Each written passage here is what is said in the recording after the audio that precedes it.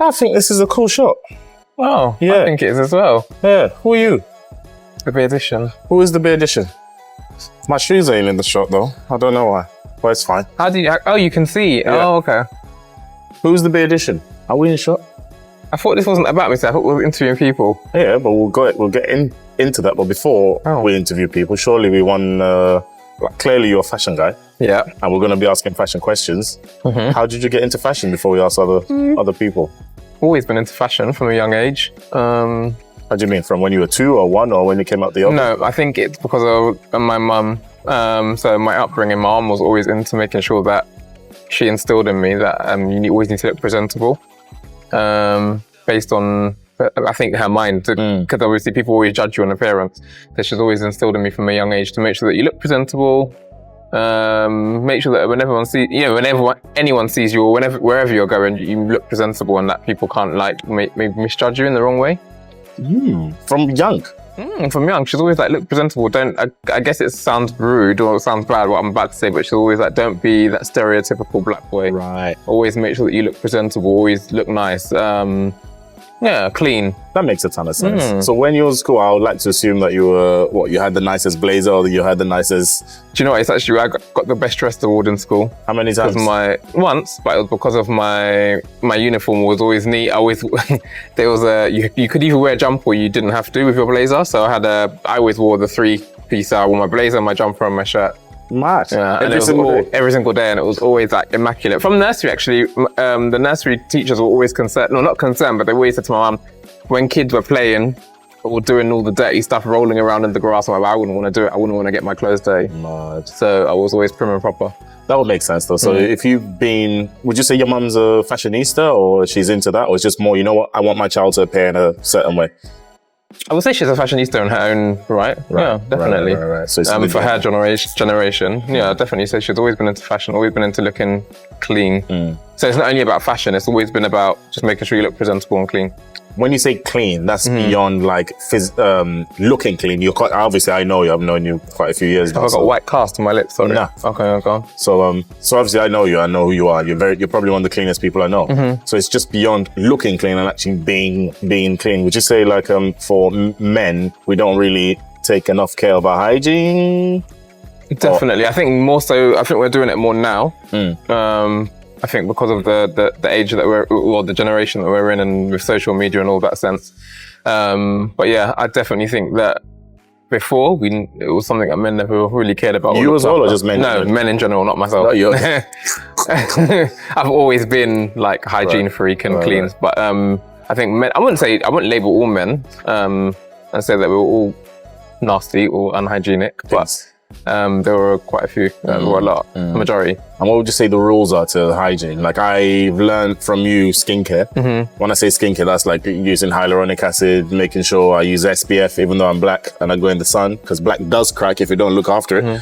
What else have I learned from you? Yeah, I think that's it. Sorry to cut you. I think that's an ignorant mindset that black people have, that they don't need to use SPF. SPF, the sun affects everyone's skin no matter what. If you've got melanin or if you haven't, it affects everyone's skin. Not only from... Sorry to cut you. The sun affects your skin. What does that mean? Because people go and tan, right? I was about to say, so it's not only from aesthetic what's the word? I'm getting tongue-tied. Yeah, it's not only from an aesthetic perspective, it's also from a health perspective, because we're susceptible to skin cancer. Oh shit, yeah. I totally forgot about that. Like me, I'm solar powered, so whenever the sun hits my skin in the summer, I'm more alive and I feel a bit more... I mean, it's summer, so everyone's like happier, everyone's more horny, everyone's like... Do you know what I mean? Like got heels on. Yeah. Yeah, bad boy. He's a fashion guy. He's on the... He's at Fashion Feds. No way. The guy just walked past wearing high heels and he made it look nice. That's someone we should interview. Yeah. Should I go grab him? Yeah, go and grab him. He's Nigerian. Aren't you on Fashion Feds? Yes. Yeah, Fashion Feds. How are you? I'm all right, thanks. How I am? I'm Nicholas. Nice to meet you. Nice to meet you. Nice to meet you. I can't believe he's Nigerian. He is Nigerian. Don't you watch Fashion Feds with Esther? Not yet. Okay. No, I'm gonna. Yeah, I actually just joined them this year. Yeah, I started doing it with them this year. It's been fun, actually. Okay. Do you mind if I clip a microphone too, if you don't mind, please? Go ahead. Thank you so much for doing here. Are you gonna interview or? You interview. Two fashion heavyweights. I'm just going around. Yeah, we have an epic beard. Thank you so much. I appreciate it. This is the extent of 34 years of growing a beard. Like this is it. There's nothing more. Ready? Yeah. Hello, your name? Denola Grey. Nice to meet you. Nice to I'm meet you Nicholas too. as well. Nice to meet you. I really love your outfit. Thank you. Yours too. And You look your amazing. Amazingly epic beard. Thank you so much. First of all, I'm going to start with your skin. Oh. Because your skin is immaculate. Oh, thank you so much. Thank you. Have you always been into skincare or? I would say I've always been conscious of my skin, but I would say like getting into skincare most probably over the last 4 or 5 years. Okay. Yeah. Okay. And what type of things do you use? Really basic thing. Well, I'll say basic things, but a really good face wash. Then hyaluronic acid, of course. Of course. Niacinamide to even out the pores. Then vitamin C when I have it. I don't really go somewhere to look for it, but if someone gives me vitamin C, I'm like, I'll use it. And then a really good moisturizer, like really hydrating moisturizer. Then SPF 50, of course. Of course. We were just talking but about I that. use the oil control one just to kind of, I have combination skin. Okay. So, Okay. and everything on face and neck. Okay. Yeah. Important stuff. This is what we were just talking about. Yeah. Okay. And how did you get into fashion? I've always, again, been conscious of my personal appearance. Like ever since I was a child, I really came into my own. I grew up in Lagos, Nigeria. Oh, wow. Yeah, Okay. so and I was always like heavily influenced by pop culture, like the things I used to see on TV, and mostly like androgynous fashion. Funny enough, I really like was into the dramatic shapes of like the 80s and late 80s, early 90s with the boxy shoulders and things like that. Okay. So I really liked how they celebrated form. And then by the time I got into university, I went to school in Texas. Oh, wow. I know.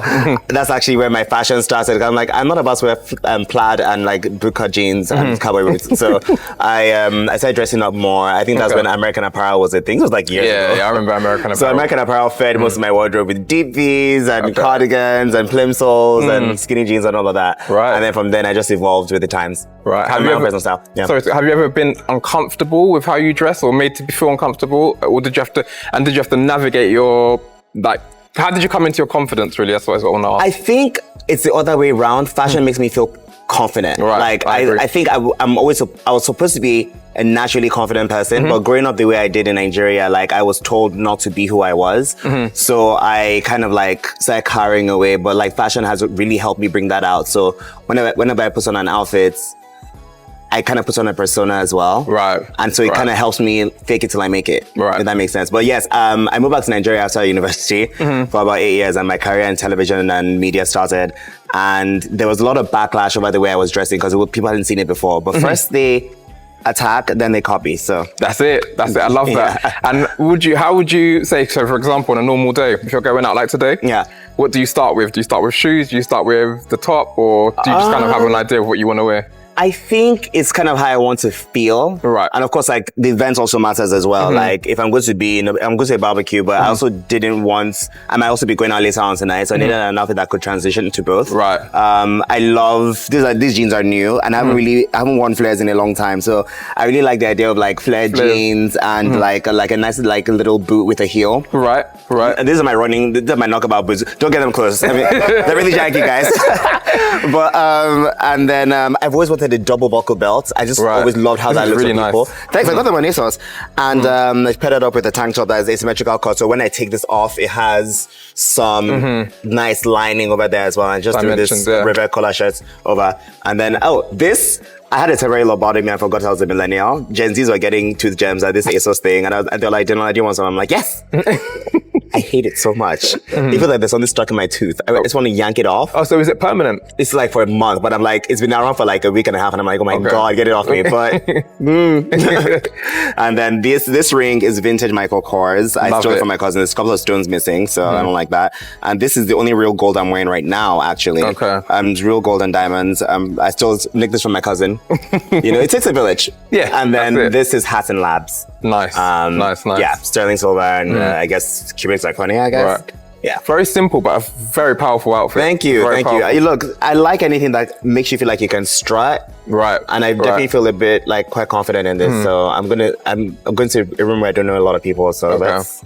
But I definitely agree with you in terms of like, it gives you confidence. I think fashion is like an inner power and it's a way for us to express ourselves. Yeah. Do you think that I'd say in the black community, there's do you think black guys in general have like some sort of restriction on themselves in expressing themselves in fashion? Or? I would say across board, yes, but it's slowly changing. Right. Like guys are making more of an effort now, and it's really, really nice to see. I think everybody started dressing the exact same, so they probably thought that, where's my identity in this? So they're probably trying to find where they fit in. But there's so many things that a lot of guys find that they would never wear. Like, because I'm a fashion consultant as well, so I work with some clients, personal clients, and a lot of black guys hate wearing velvet loafers. Oh. They hate velvet. I'm like, what is your personal vendetta against velvet loafers? I'm like, well, buy this like Louboutins. They're like, no, I can't wear velvet. My mates make fun of me. I'm like, what?